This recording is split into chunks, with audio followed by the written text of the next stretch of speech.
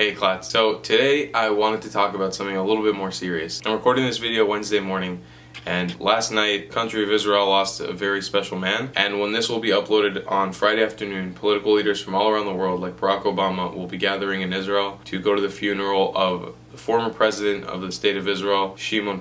So usually we don't get too political on this YouTube channel, and we don't really talk about stuff like this, but because I let you guys into the culture of my life, like being part of Israel, being part of the state of Israel and the country of Israel. But I'd like to tell you guys about this person because he really had a huge part in shaping what Israel is now and essentially giving me the opportunities that I had traveling there and living there and getting to indulge in the beautiful, beautiful country it is. I feel like this is the least I can do by bringing up his name, mentioning him, bringing some awareness to his life and all the things that he did for us, letting you guys know a little bit more about this great person. So Shimon was born in 1923 in Poland, in an area which is now actually Belarus. He immigrated to Israel before its establishment in the 30s, and he quickly began contributing his work towards creating the state and being one of the fundamental reasons it was able to get off its feet and really begin being what it is. There's so many contributions he made towards the establishment of Israel, either before it was internationally recognized or after it was, and I just kind of wanted to list some of these because they're very inspiring to see what a young person can do. One of the most interesting things to me personally is when Shimon was in his 20s, he actually led an expedition into the Negev. The Negev is the desert portion of Israel that we've traveled extensively through and we've made many videos on. But back in the day in the 1940s, Israel wasn't as explored. Alongside zoologists and archaeologists and a bunch of teenagers, he went into the desert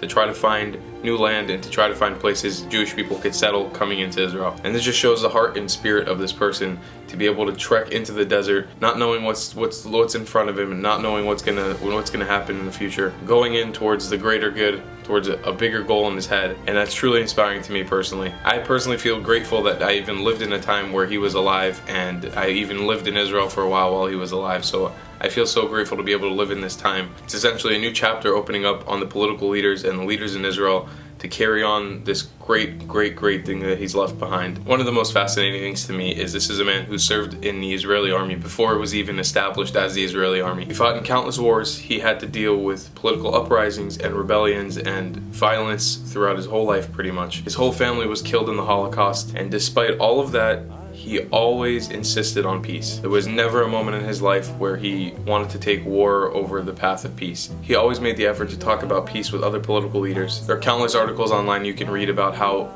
other countries would just love to let him in because he was such a peaceful and genuine man. That shows a lot about your character, especially when you're pinned down your whole life and all you're shown is violence and murder, and you still insist on something that you've never been able to attain, and you're just always pushing towards that. That shows amazing resilience, and it proves to why he did such an amazing job. Post his army service, he began his political career in Israel and served as the president and as prime minister of Israel. During one of his terms, he even won a Nobel Peace Prize for putting in the efforts of bringing Yasser Arafat, the Palestinian leader at the time, and Yitzhak Rabin, the prime minister, and bringing him in for negotiating talks. As a person who grew up learning about Shimon and the rest of the Israeli founding fathers, it was incredible to see glimpses of his life as I was growing up. I feel like this is the least I could have done to kind of let his legacy live on and share it with you guys, let you guys see what this person has done.